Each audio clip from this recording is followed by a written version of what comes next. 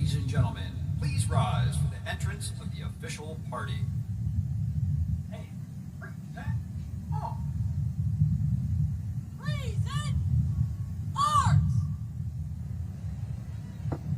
Ladies and gentlemen, please welcome the 25th Secretary of the Army, the Honorable Daniel P. Driscoll.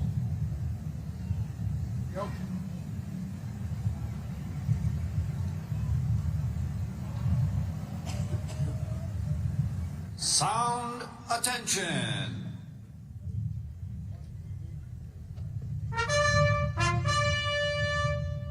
Hey, attention.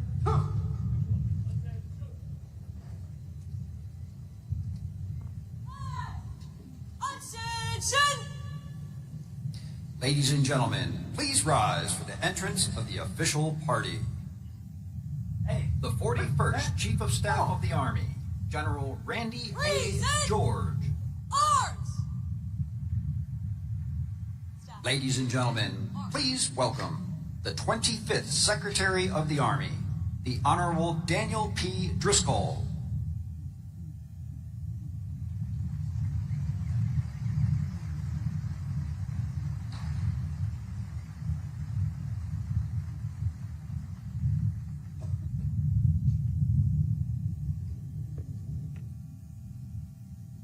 The 61st Superintendent of the United States Military Academy, Lieutenant General Stephen W. Gillen.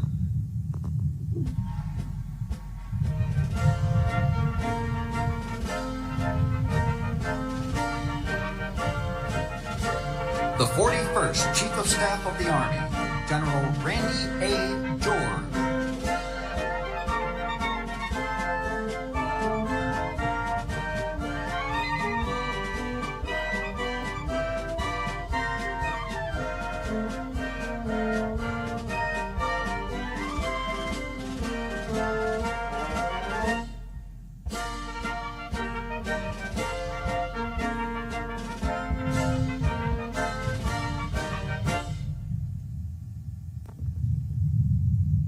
The 61st Superintendent of the United States Military Academy, Lieutenant General Stephen W. Gillen. Ladies and gentlemen, the 45th and 47th President of the United States of America, Donald J. Trump.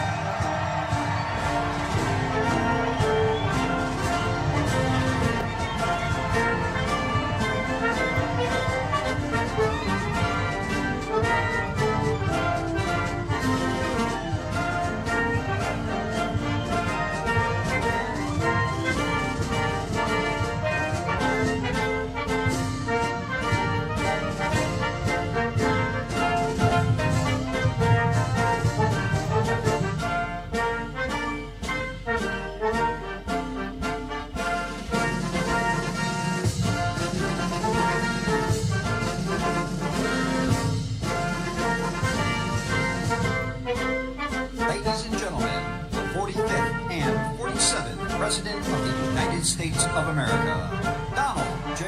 Trump.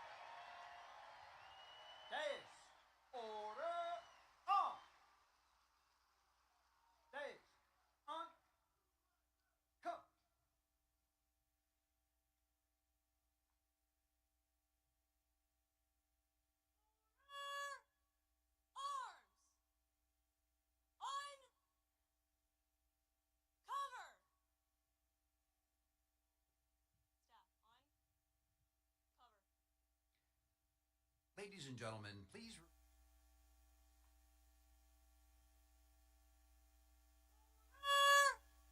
Arms! Uncover! Staff, uncover.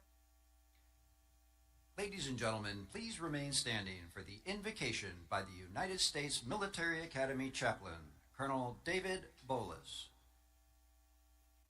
25. We thank you for bringing each graduate to this major milestone today.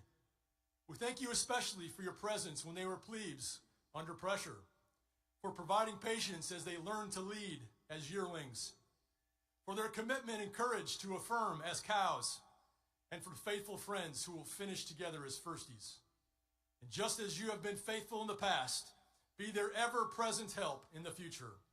Thank you for the teammates around them, their family and friends, instructors and sponsors, tax and trainers, mentors, and yes, even their tormentors, who stood with them over the last 4 years. Through them, you ensured these West Point graduates are prepared to lead America's sons and daughters in peacetime and in war. Bless this ceremony today with your presence. Bless our president as he leads and inspires us. And God bless the United States of America. In your holy name, I pray. Amen.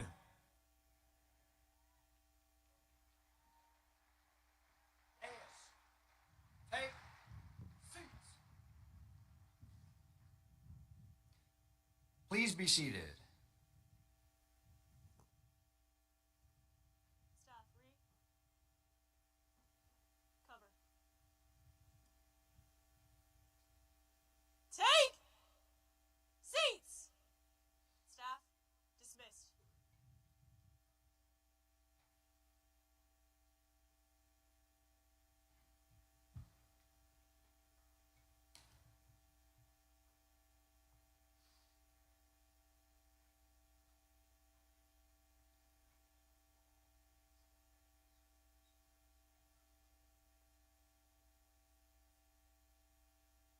Please welcome the 61st Superintendent of the United States Military Academy, Lieutenant General Stephen W. Gilland. Thank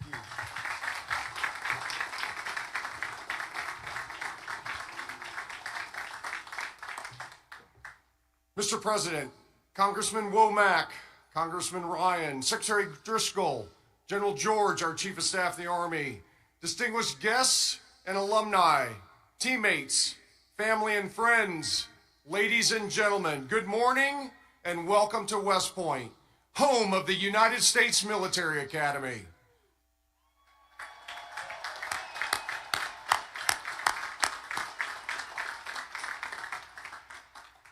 We are tremendously honored to have you here today to celebrate the 1,002 outstanding cadets of the class of 2025 as they graduate and commission as the newest officers and leaders of character in your United States Army.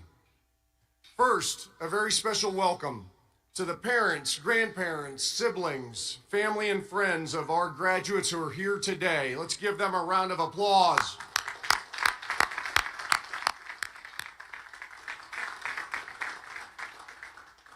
Thank you all for the love and support and encouragement that you've given your cadet along their journey at the United States Military Academy. I'd like to acknowledge the members of the 50-year affiliate class for our graduating class, the Courage and Drive class of 1975.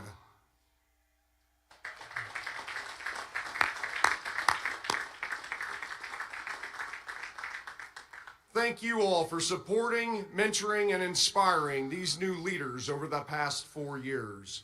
You are all wonderful exemplars of leadership, excellence, and selfless service. And we are grateful to you for demonstrating the strength of the long gray line to this outstanding class. Class of 2025, together we thrive. Congratulations and well done.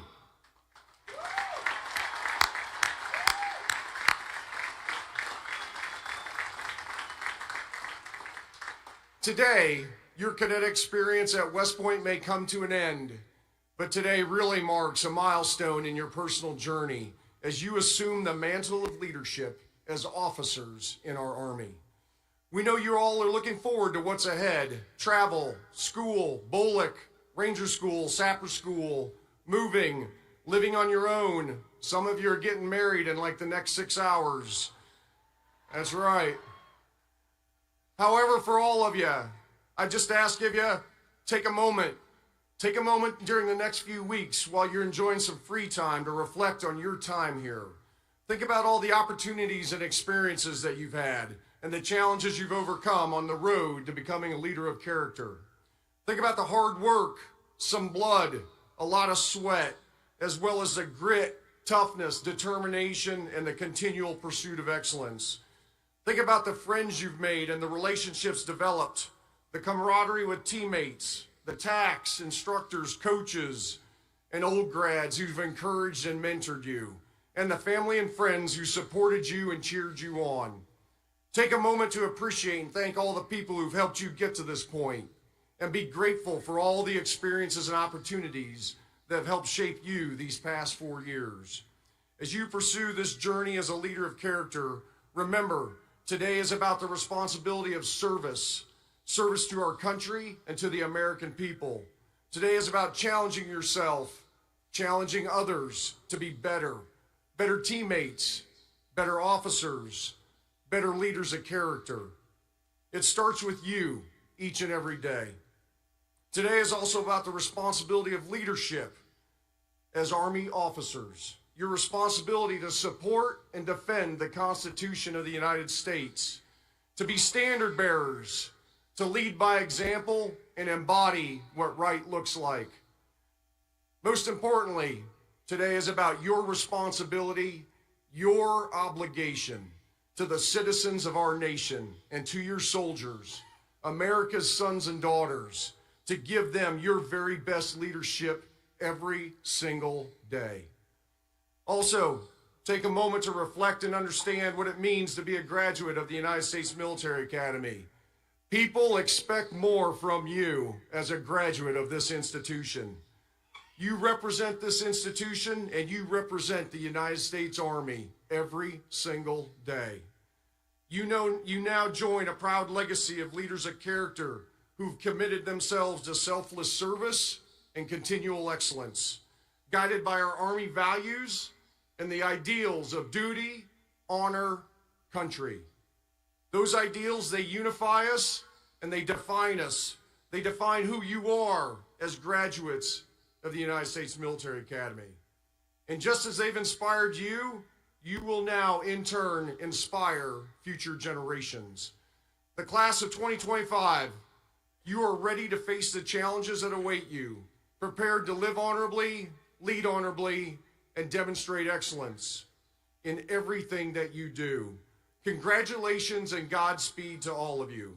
Mr. President, on behalf of the team at the United States Military Academy, it is an honor to present this outstanding class to you this morning as our nation's newest warfighters and leaders of character.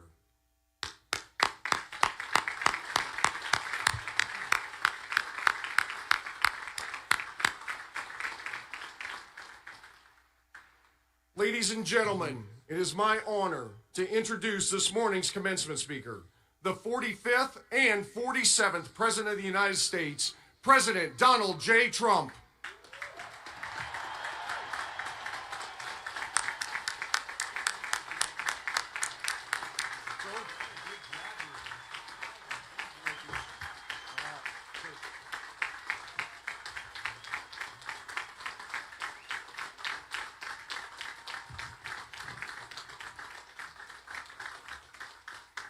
Well, I want to thank you very much. This is a beautiful place. I've been here many times, going to high school, not so far away.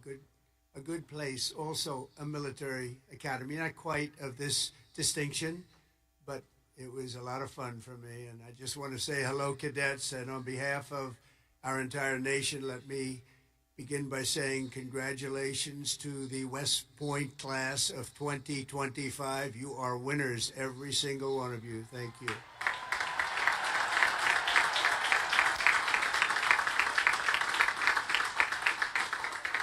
And now we want you to relax, and I'm supposed to say at ease, but you're already at ease. You're at ease because you made a great choice in what you're doing. Your choices in life have been really amazing.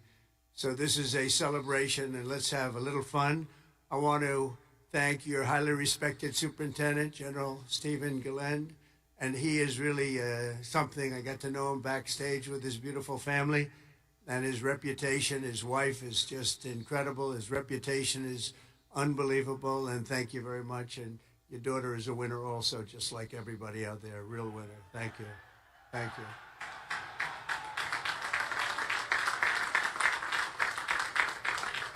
I also want to thank your Commandant General R.J. Garcia, Secretary of the Army Dan Driscoll, Army Chief of Staff General Randy George, Senator Ashley Moody, Representatives Steve Womack, Bill Heisinger, Pat Ryan, Mark Green, Keith Self, Acting U.S. Attorney Alina Haba, and very much just all of the friends. We have a lot of friends in the audience today, and I just want to thank them all for being here. We have a tremendous amount of my friends. They wanted to come up, and they wanted to watch this ceremony, and they wanted to watch you much more so than me. So I just want to thank so many people are here.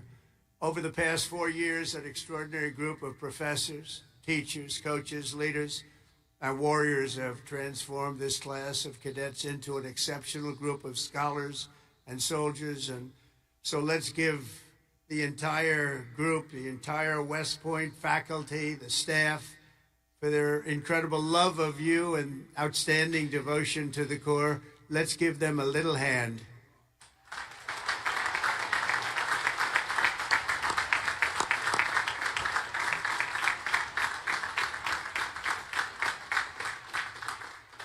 And importantly, we can't forget all of those people beaming with pride. Look at them in the audience. So they're so proud. They're in the stands. So thank your parents, your grandparents, and family members who made this all possible for you. Thank you.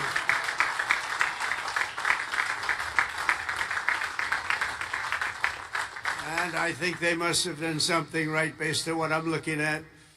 America loves our military moms and dads. Nearly 1/3 of the cadets graduating today are themselves the children of veterans.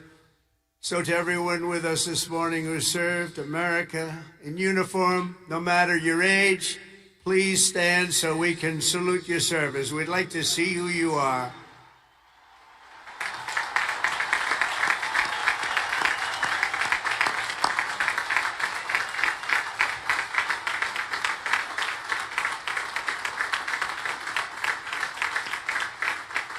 Congratulations. Great job. Every cadet on the field before me should savor this morning, because this is a day that you will never, ever forget. In a few moments, you'll become graduates of the most elite and storied military academy in human history, and you will become officers in the greatest and most powerful army the world has ever known. And I know because I rebuilt that army, and I rebuilt the military.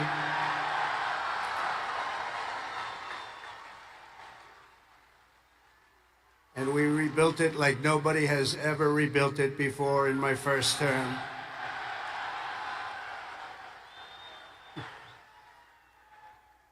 Your experience here at West Point has been anything but easy.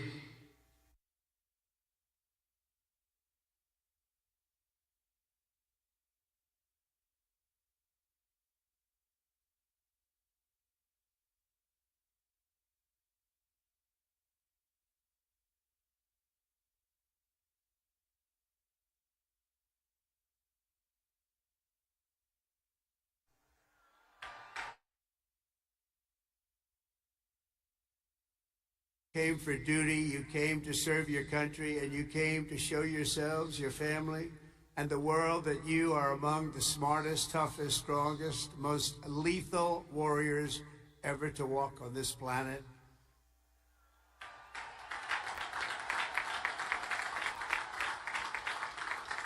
Looking out at all of you today, I can proudly say, mission accomplished. Great job.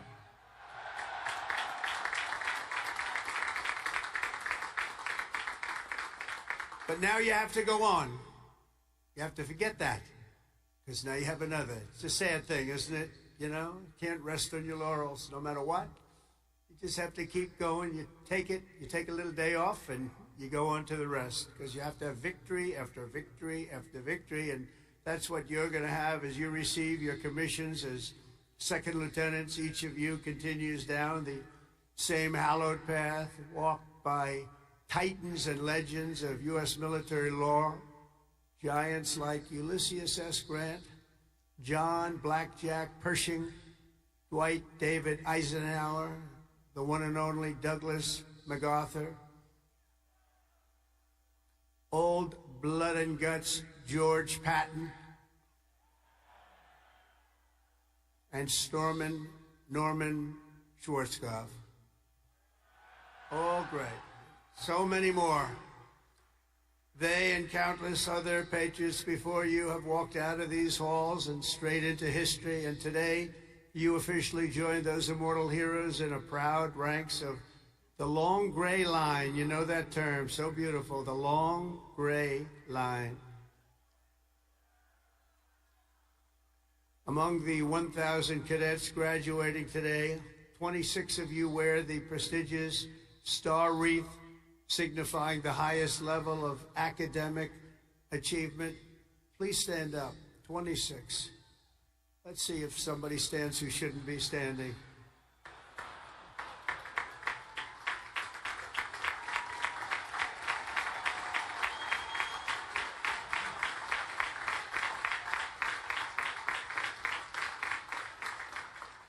Congratulations. That's a big honor.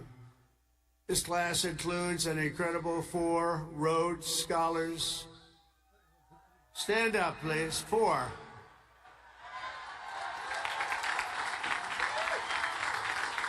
Wow. That's tied for the most of any West Point class since 1959. That's great. 4. Congratulations. Boy, oh boy, oh boy. I want to bring them right to the Oval Office. I don't want to have them go too far away from me. 8 cadets here today took on the challenge of designing their own hypersonic rocket. Oh, we can use you. We're building them right now. You know, we had ours stolen. We are the designer of it. We had it stolen during the Obama administration. They stole it. You know who stole it? The Russians stole it. Something bad happened. But we're the designer of it, and we're now building them, and lots of them. And earlier this year, they launched it into space, setting a world record for amateur rocketry. Can't get you in there fast enough. This class excelled not only mentally, but also physically last January, when more than 1,000 cadets volunteered for an 18.5-mile march on a freezing winter night. Cadet Chris Verdugo completed the task in 2 hours and 30 minutes flat, smashing the international record for the competition by 13 minutes. Where is he? Where is he? Come up here. Come up here, Chris. Get up here, Chris. Wow. Come here. That's by 13 minutes. Come here, Chris. I want to see this guy.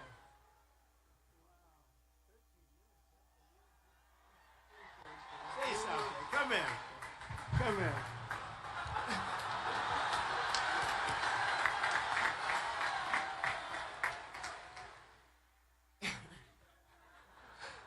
It's been a long 5 years, but I couldn't have done it with any of these guys. Love you guys all. Thank you. Wow.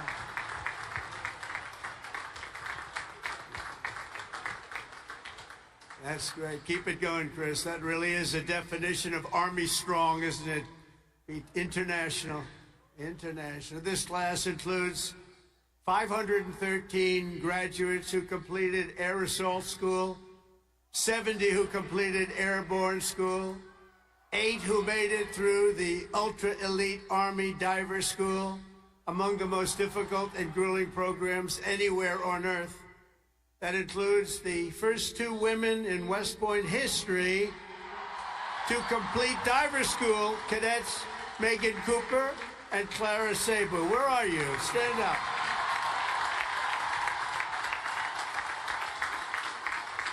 Where are they? Wow, great job. That is not easy. Congratulations, Megan, Clara. That's a job well done. Fantastic. Thank you very much. Some of you achieved a different kind of distinction here at the Academy, including 7 century men who completed 100 hours of marching for disciplinary, oh no, infractions. No, don't tell me I'm doing this. Oh, I'm so sorry. Would you like to stand up? I don't know.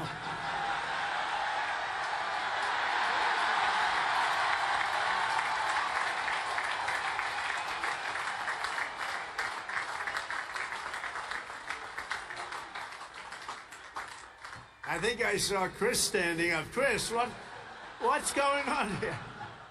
Well, you had one good, one not so good, right, Chris?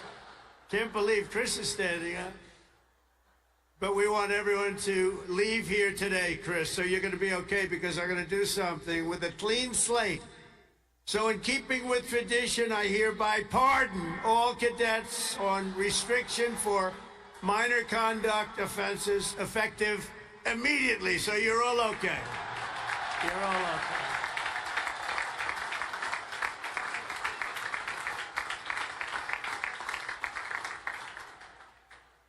The class of 2025 is a lot to be proud of, including your first-rate athletes and athletics. You are something. I've been watching, too. I love the sports stuff. What you've done is pretty amazing. Last year, for the first time ever, Army lacrosse became the #1 ranked men's lacrosse team in the entire country.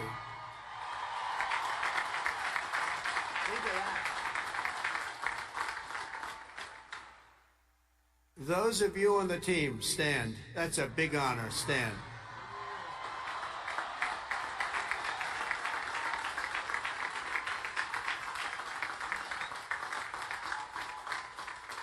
Great. That's a tough sport, too. That's #1 in the country. Your sophomore year, Army football beat Navy 2017.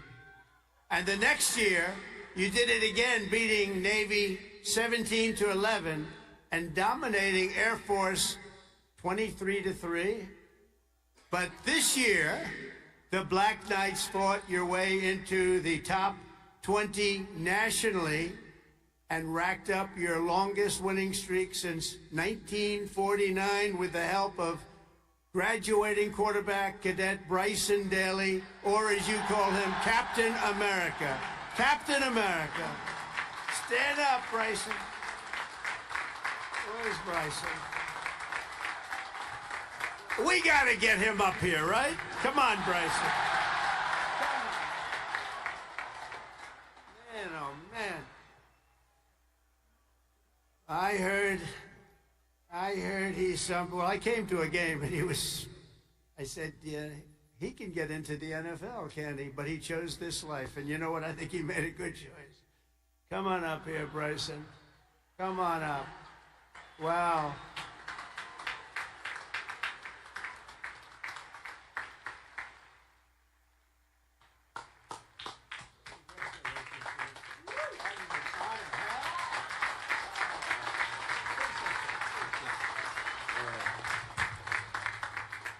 Go Army football. Shout out the Hogs, H4. Can't wait to graduate. Love you guys.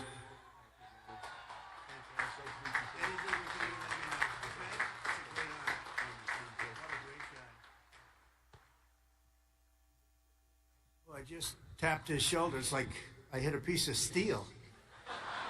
Guy's in good shape. There's a reason, you know, there's always a reason for success. Thank you, Bryson.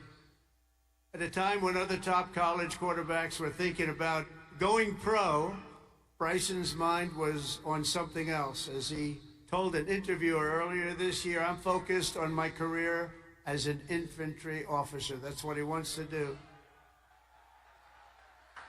So, Bryson, you did the right thing, and that's service at its finest. Thanks, Bryson. That's amazing. He's an amazing guy with an amazing team. Each of you on the field today is among the most talented members of your generation. You could have done anything you wanted. You could have gone anywhere. You could have gone to any school. This is one of the hardest schools to get into. And writing your own ticket to top jobs on Wall Street or Silicon Valley wouldn't be bad, but I think what you're doing is better. Instead of sports teams and spreadsheets and software, you chose a life of service, very important service, instead of stock options. And I do that stuff. It's sort of boring. Honestly, compared to what you're doing, it's real boring. You chose honor and you chose sacrifice. And instead of business suits and dress shoes, you chose muddy boots and fatigues, keeping yourself in shape. Because West Point cadets don't just have the brightest minds, you also have the bravest hearts and the noblest souls. You're amazing people.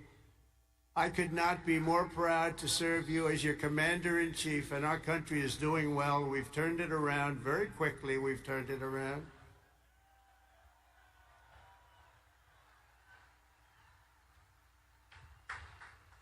I just got back from the Middle East, and I was at, as you know, Saudi Arabia, Qatar, UAE, and I will tell you, they said, all three leaders, great leaders of those three nations, they all said the same thing. The United States of America is hotter now than we've ever seen it, and a year ago, it was as cold as it gets, and it's true. It's true. We have the hottest country in the world, and the whole world is talking about it. And that's an honor for all of us. I cannot wait to see the glory that is still ahead, however, for the West Point class of 2025, and we're going to help you a lot because we're going to give you a nation as good or better than it ever was. That's what I promise you.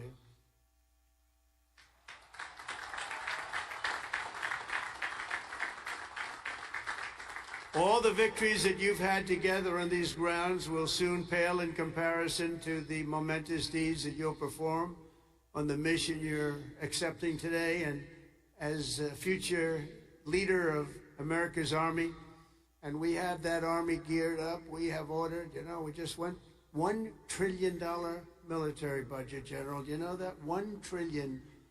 Some people say, could you cut it back? I said, I'm not cutting 10 cents. There's another thing we can cut. We can cut plenty of others. Right, Dan?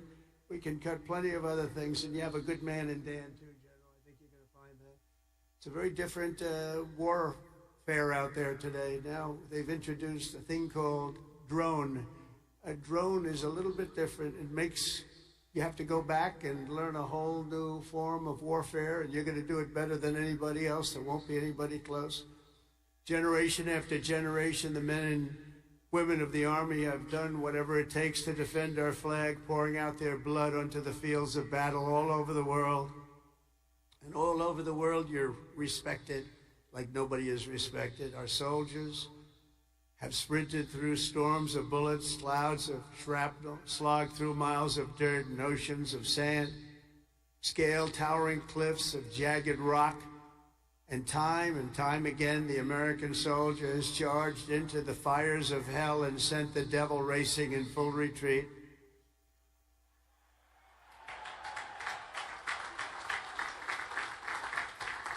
No task has ever been too tough for America's Army. And now that 250-year legacy of glory and triumph belongs to you, the 1,000 newest officers of the greatest fighting force in the history of the world. And that's what you are, and that's what you're being thought of. Again, you are the first West Point graduates of the golden age of America. This is the golden age, I tell you. Promise. We're in a new age. This is the golden age. And you are going to lead the Army to summits of greatness it has never reached before. And you see that. You see what's happening. You see what's going on in the world. Each of you is entering the officer corps at a defining moment in the Army's history. For at least 2 decades, political leaders from both parties have dragged our military into missions it was never meant to be. It wasn't meant to be. People would say, why are we doing this? Why are we wasting our time, money, and souls in some case? They sent our warriors on nation-building crusades to nations that wanted nothing to do with us, led by leaders that didn't have a clue in distant lands, while abusing our soldiers with absurd ideological experiments here and at home. All of that's ended. You know that. All of it's ended. It's ended strongly ended. They're not even allowed to think about it anymore. They subjected the armed forces to all manner of social projects and political causes while leaving our borders undefended and depleting our arsenals to fight other countries' wars. We fought for other countries' borders, but we didn't fight for our own border, but now we do, like we have never fought before, by the way. But under the Trump administration, those days are over. We're getting rid of the distractions and we're focusing our military on its core mission, crushing America's adversaries, killing America's enemies, and defending our great American flag like it has never been defended before.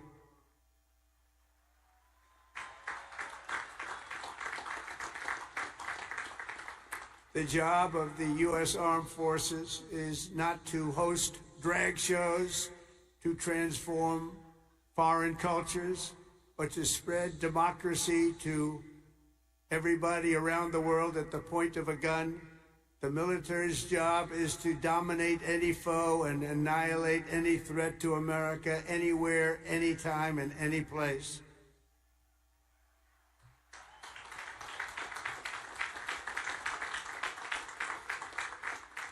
A big part of that job is to be respected again, and you are, as of right now, respected more than any army anywhere in the world, and that's happening, and I can tell you, you are respected like nobody can believe.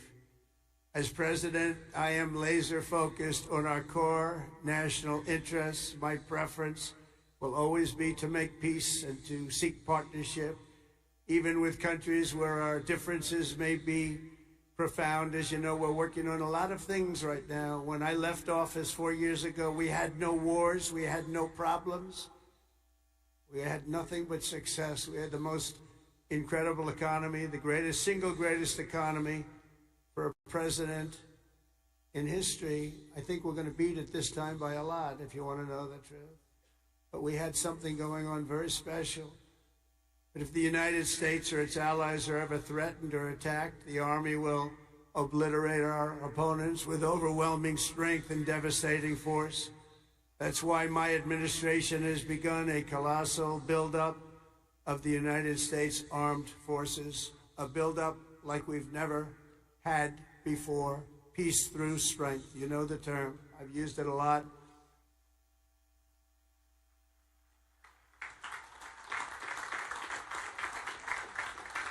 Because as much as you want to fight, I'd rather do it without having to fight. I just want to look at them and have them fold.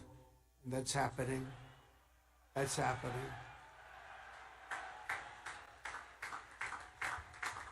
And I've approved a $1 trillion investment, and that will be, again, the largest ever in the history of our country. And we are buying you new airplanes, brand new, beautiful planes, redesigned planes, brand new planes, totally stealth planes. I hope they're stealth. I don't know. That whole stealth thing, I'm sort of wondering. You mean if we shape a wing this way, they don't see it, but the other way they see it? I'm not so sure. But that's what they tell me. We have the best tanks anywhere in the world. We're going to start shipbuilding again. We're going to start ship. We used to build a ship a day. Now we don't build them anymore. We had a lot of people that didn't know much about getting things built, but that's all I've done in my life is build. We're going to have the best missiles. We already do. Drones and much, much more. And earlier this week, I think you'll like this. I announced that we are officially building all in America, made in America, designed in America. We're the only ones that could do it because we're the only ones with the great technology. We're building the Golden Dome missile defense shield to protect our homeland and to protect West Point from attack. And it will be completed before I leave office.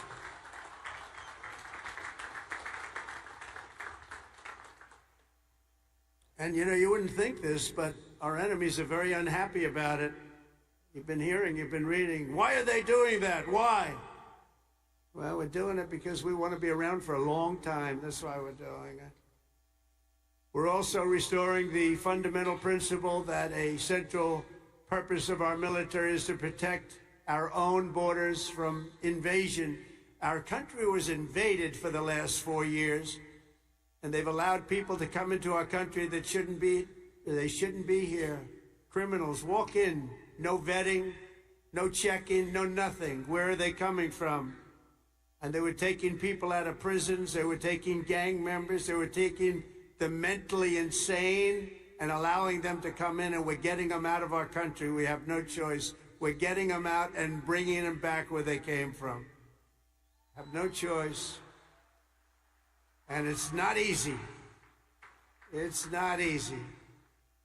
But hopefully the courts will allow us to continue. You know, we had the greatest election victory. This was November 5th, we won the popular vote by millions of votes. We won all 7 swing states. We won everything. We won 2,750 districts against 505. 2,750 against 505.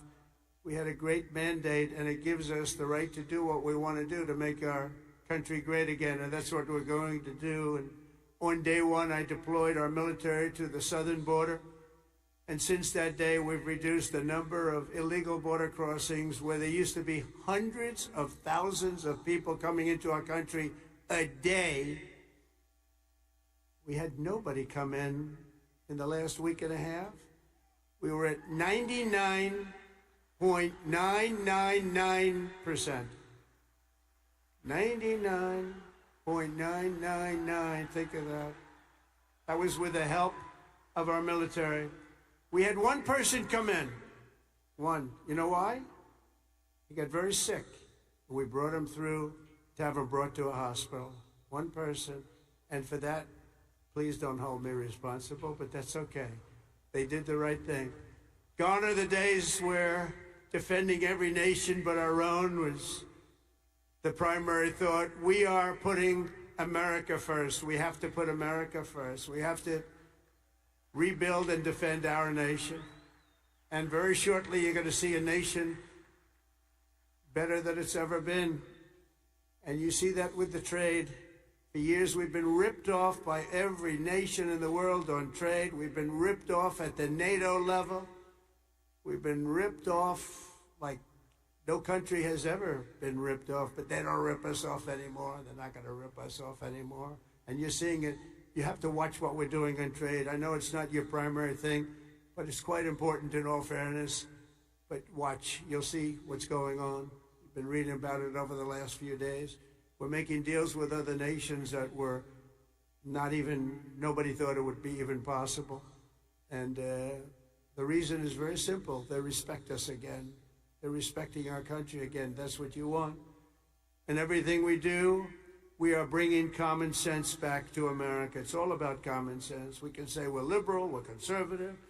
The new word is progressive. They don't like using the word liberal anymore. That's why I call them liberal. But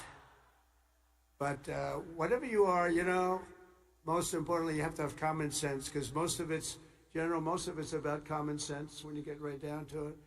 And we have a lot of people with a lot of very smart people, but they have to have common sense. And we've liberated our troops from divisive and demeaning political trainings.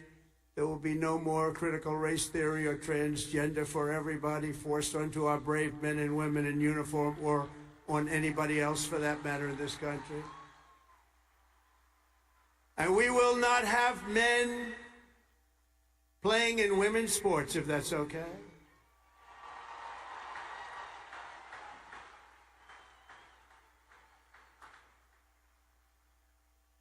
I mean, I wouldn't want to have to tackle, as an example, Bryson as a man. But I don't think a lot of women want to tackle him. I don't think so. How crazy is it? Men playing in women's sports, how crazy is it? So ridiculous, so demeaning to women. And it's over. That's over. We've ended it. And promotions and appointments will not be based on politics or identity. They'll be based on merit. We won that case in the Supreme Court of the United States. We're allowed to go back to a system of merit.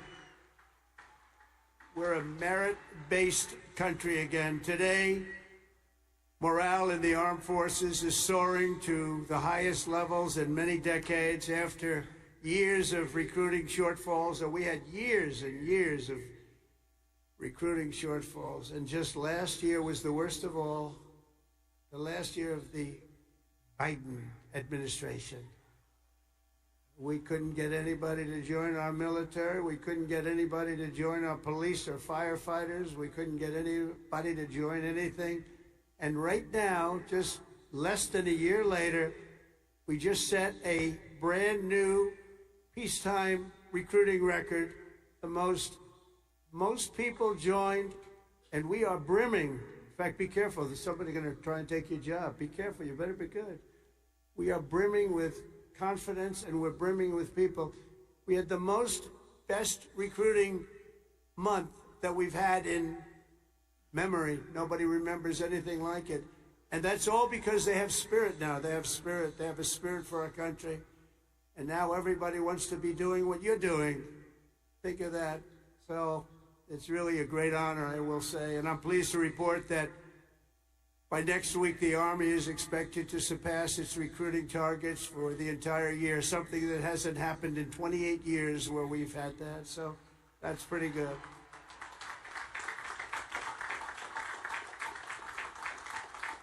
And it's nice to know that you're doing something that everybody wants to do, isn't it? Really nice. I hated to hear that. During the campaign, I was hearing that you couldn't get people to enlist, but now we're getting people, and it's sad because we're telling so many people, I'm sorry, we can't do it. My administration is doing everything possible to forge the most powerful military ever built. But ultimately, the task of keeping America strong and safe in the years ahead is going to belong to you.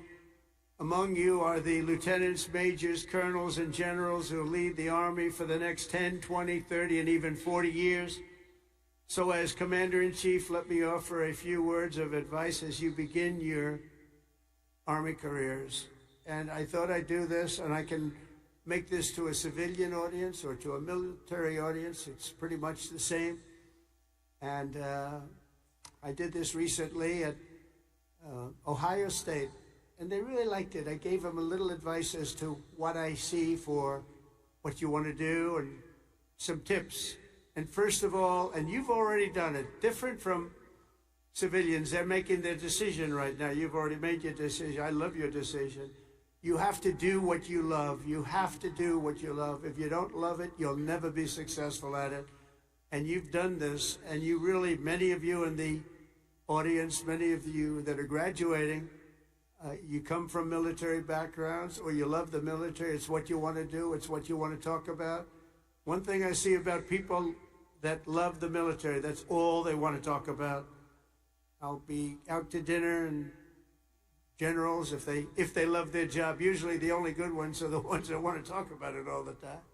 But if they talk, that's what they want to talk about. I really, very rarely see somebody who's successful that doesn't love what he or she does. You have to love what you do. In your case, the military is what you chose, and I'll tell you what, you cannot go wrong. You're going to see it too. You're going to love it more and more with time. You know, I work all the time. That's all I do is I work, whether it's politically or before that. I was a very good businessman, in case you haven't heard, really good. But I was good because I loved it. I loved it. I learned from my father a little bit. My father was a happy guy, and all he did was work. He'd work Saturdays, Sundays. He'd work all the time, and he was a happy guy. He just loved life. And I learned that. I say, you know, it makes him happy. I've seen other people that never work, and they're not happy. But you got to love it, otherwise you won't be successful. In the Army, there are a lot of different paths you can take, so follow your instincts and make sure that you take the path that you love, that you're doing something that you love within your military. You will be happier, and the Army will be far stronger for it. Second is to think big. Always think big. If you're going to do something, you might as well think big, do it big, because it's just as tough, and sometimes it's a lot easier thinking big than doing a small task that's more difficult. One of your greatest graduates, General Eisenhower, used to say, whenever I run into a problem that I can't solve, I always like to make it bigger to solve it and solve more of it. If you're going to solve a problem, it might as well be a big problem as opposed to a small problem that lots of people can take advantage of and solve. So you can achieve something really amazing. Think big. Third, though, you got to do this. Brain power you have to have. Potential you have to have. But to be really successful, you're always going to have to work hard. An example is a great athlete, Gary Player, great golfer. He wasn't as big as the other men that were playing against him, great, big, strong guys. Gary was a smaller guy. I don't want to say too small. He's a friend of mine. He gets a little angry at people because he hits the ball just as far. He said, I hit the ball further than them. Why am I small? But he worked very, very hard. He was always doing exercise. He was well ahead of his time. He never stopped. He won 168 golf tournaments. He won 18 majors, 9 regular and 9 on the senior tour. 18 with 168. That's the most tournaments internationally, the most tournaments anybody's ever won. But he made a statement years ago, and I heard it. He's the first one. I think I've heard it a couple of times since, but he was the first. He said, it's funny. The harder I work, the luckier I get. And think of that. The harder I work, the luckier I get. And he worked hard, and you're working hard, and the harder you work, the luckier you're going to get. Fourth is, don't lose your momentum. Momentum's an amazing thing. Keep it going. I tell a story sometimes about a man who was a great, great real estate man. He was a man who was admired for real estate all over the world, actually, but all over the country. He built Levittowns. He started as the man who built one house. Then he built 2, then he built 5, then he built 20, then he built 1,000, then he built 2,000 and 3,000 a year. And he got very big, very big. He was great at what he did. You see him all over the country still, Levittowns. This was a long time ago, but he was the first of the really, really big home builders. And he became very rich, became a very rich man. And then he decided to sell. He was offered a lot of money by a big conglomerate, Gulf and Western, big conglomerate. They didn't do real estate. They didn't know anything about it, but they saw the money he was making. They wanted to take it to a public company. And they gave him a lot of money, tremendous amount of money, more money than he ever thought he'd get. And he sold his company, and he had nothing to do. He ended up getting a divorce, found a new wife. Could you say a trophy wife? I guess we can say a trophy wife. It didn't work out too well. But it doesn't, and that doesn't work out too well, I must tell you. A lot of trophy wives, doesn't work out. But it made him happy for a little while at least. But he found a new wife. He sold his little boat and he got a big yacht. He had one of the biggest yachts anywhere in the world. He moved for a time to Monte Carlo and he led the good life.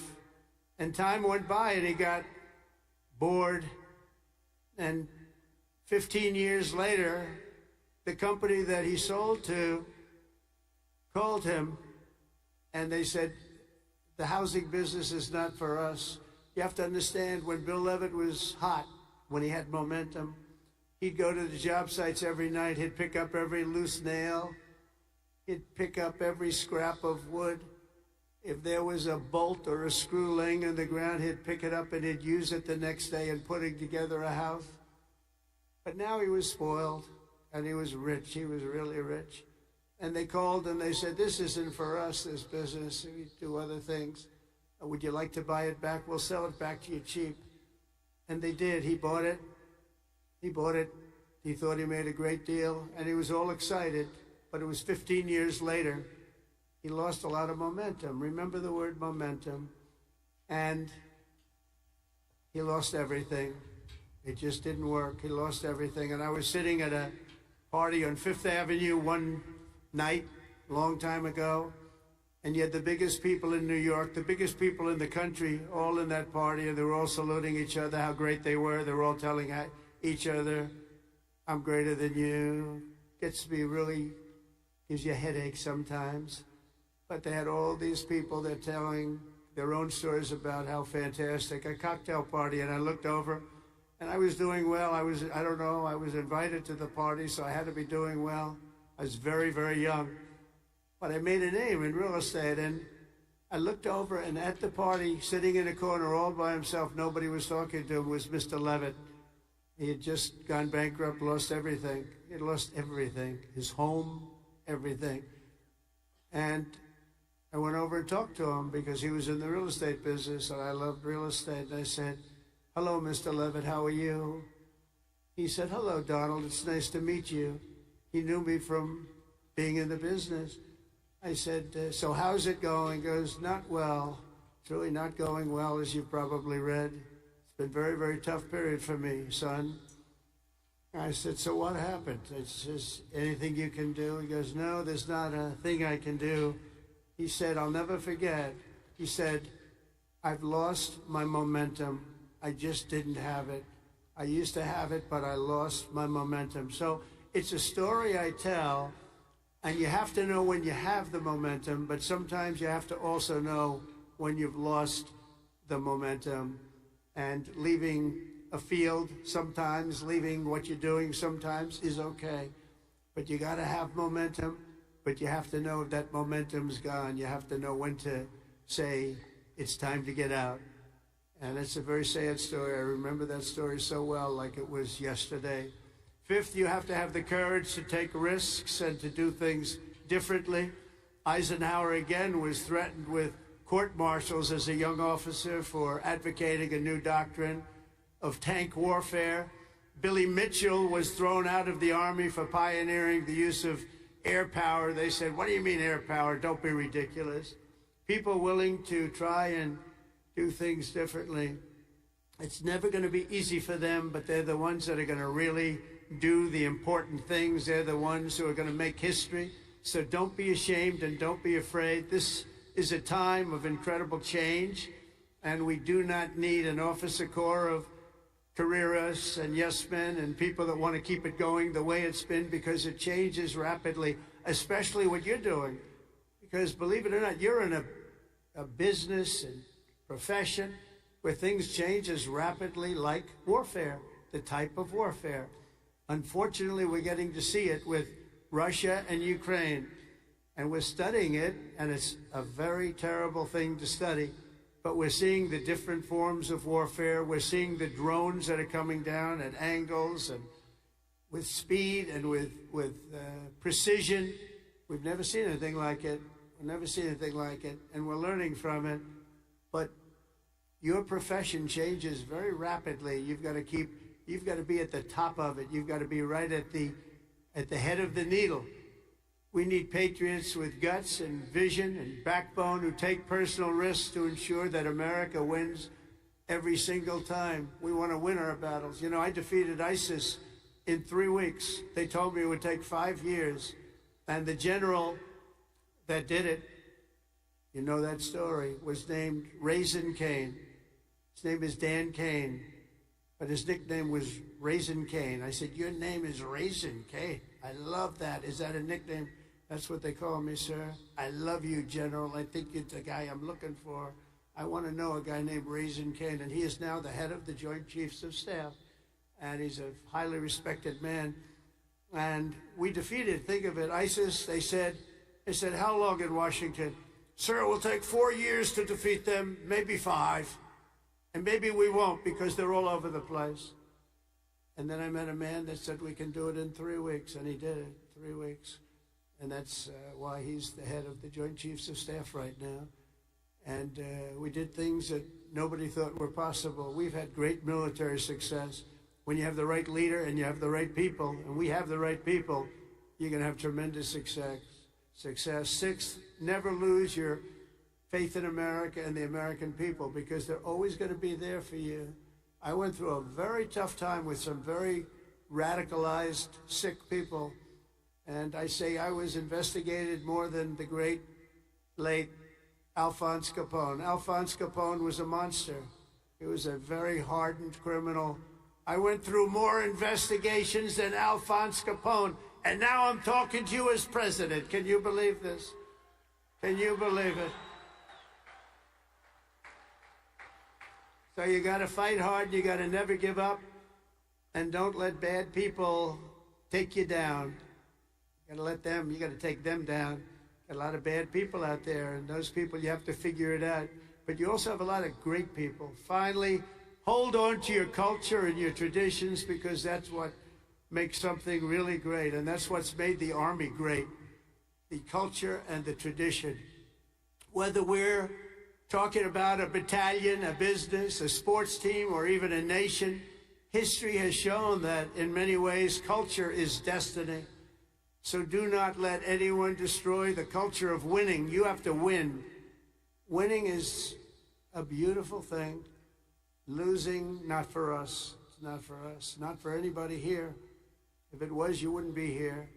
From the earliest days of our nation, this supreme tradition of American military service has been passed down from soldier to soldier and generation to generation, and it's a beautiful thing to watch.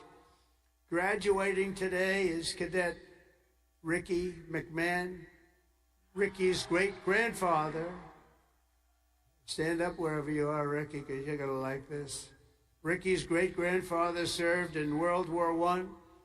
His grandfather served in World War II. And his uncle, father, and mother all graduated from West Point. Where is Ricky?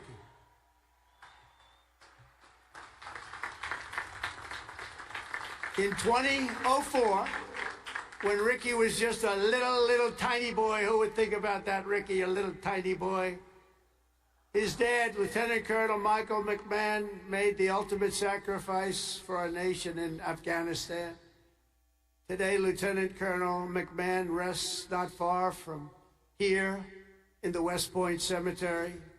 Last year, 2 decades after losing his father, Ricky placed a gold chip from his dad's 1985 class ring into a crucible, along 87 other rings were with it, of past West Point grads that were melted down to forge those now worn by the class of 2025. Do you all know that? Do you know that? What you're wearing? I want one. Ricky, I want one. Each of you will carry Michael's memory with you always as you continue the legacy he gave you. It gave you something that would be so proud. He would be so proud. He is proud as he looks down. To Ricky and his mom, Jeanette, you embody what this place is all about. And I know Michael, he's up there. He's smiling broadly, so proud. He's so proud of you today. You know that. And he's a man that couldn't be, and he is a man that couldn't be more proud. And I want to just, I just love that story. And everybody's ring, they're going to remember you. They're going to remember your family. And most importantly, you're going to remember a great tradition. It's a great tradition of West Point and of winners. Thank you very much. It's great to meet you. Thank you. You can sit down. You want to come up? If you want to come up, come up. Come on up. Come on up here. That's nice. You're a handsome guy. They're all good looking here. I don't know what's going on. The whole crowd is beautiful. Thank you very much.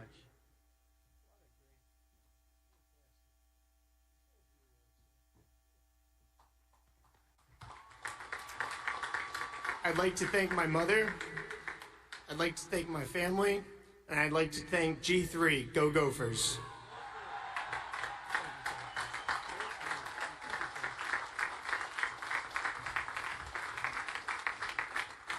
These are good-looking people, I'll tell you, General. What's going on over here? Look like all a bunch of male models. I can't stand it.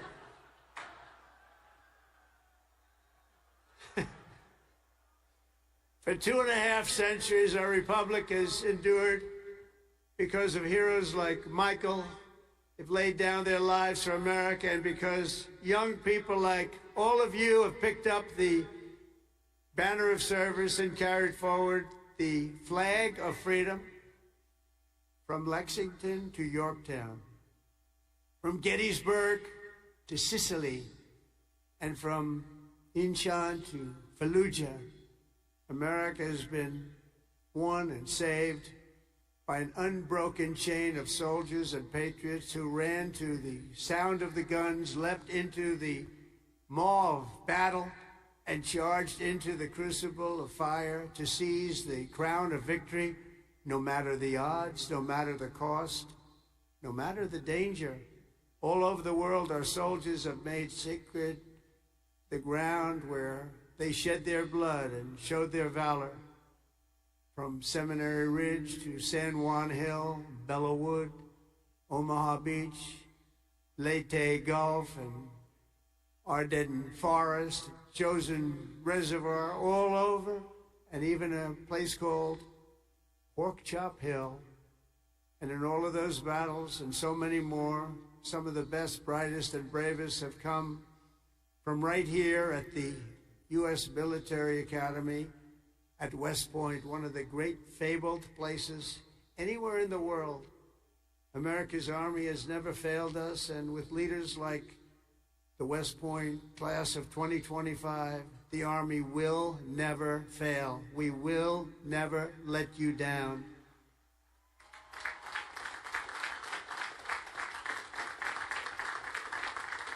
And over the last week, I had the honor of speaking to the heads of many countries, and they would say, 2 weeks ago, they say the 8th, they said, "Sir, we're celebrating the victory today of World War II."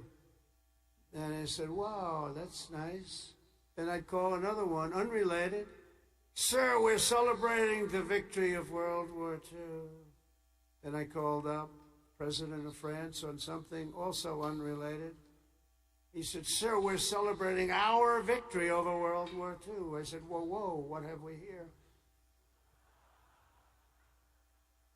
We helped them a lot. And I had this. Russia, I talked to Putin about ending that terrible war that's going on. And he said they're having a big victory march. And they did lose, in all fairness, 51 million people. But they were all celebrating. The only country that wasn't celebrating was the United States of America. And I said, "Isn't it amazing? We were the ones that won the war. And we were helped. We were helped. In some cases, we had to help them. But we were helped by some of the nations. And we were strongly helped by a couple of them. But every one of them was celebrated. They had Victory Day. They called it Victory Day in Europe, Victory Day all over. And we weren't even thought about. Nobody had a Victory Day. And so I named that special day and another special day from now on as a holiday, but a holiday where we work. Because we don't have enough days. We're going to be having so many holidays, we're not going to be able to work anymore. But I named it for World War II, and a separate day in November, as you know, for World War I. I said, you know, all of these countries that participated in the war are celebrating, but the greatest country of them all, and the country that won the war, nobody even talked about. And so we're going to be talking about it too from now on, and I think you'll appreciate it. We won the First World War, we won the Second World War, and you know where we won them from? Right here at West Point. West Point won the war. You won 2 world wars and plenty of other things. But think of it. We don't want to have a 3rd World War. But we won the First World War. We won the Second World War right here from West Point. And that's something. And we're going to be talking about it. You know, they can talk about it. And in some cases, as you know, they didn't do too much to help. They were ground down, but they were celebrating victory. No, we're going to celebrate victory because we're the ones that won that war. Standing before you today, I know that you will never stop. You will never quit. You will never yield. You will never tire. You will never, ever, ever surrender. Never give up. Remember that. Never give up. That's another little factor I could have added. Never, ever give up. Raise your right hand. I pledge I will never, ever give up. You can never give up. You can never give up. If you do, you're not going to be successful because you'll go through things that will be bad. You're going to have great moments. You're going to have bad moments. You can never give up. Through every challenge and every battle, you'll stand strong. You'll work hard. You'll stay tough. And you will fight, fight, fight, and win, win, win.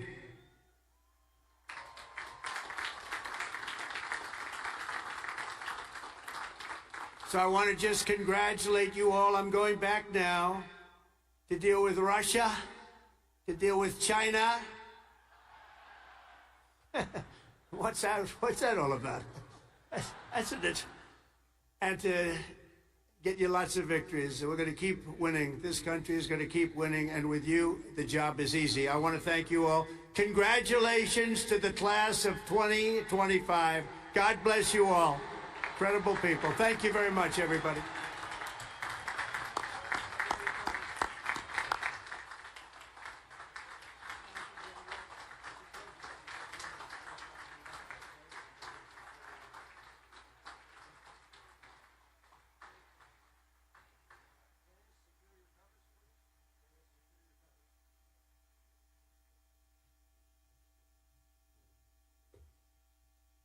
Ladies and gentlemen, at this time, please remain standing for the presentation of the class gift. The class president, Cadet Catherine LaRue, will present a panoramic photo of the class of 2025 to the president. President Trump, on behalf of the class of 2025, I would like to present you with this class photo as a token of appreciation for your inspiring words today. Thank you, sir. Beautiful. Thank you very much.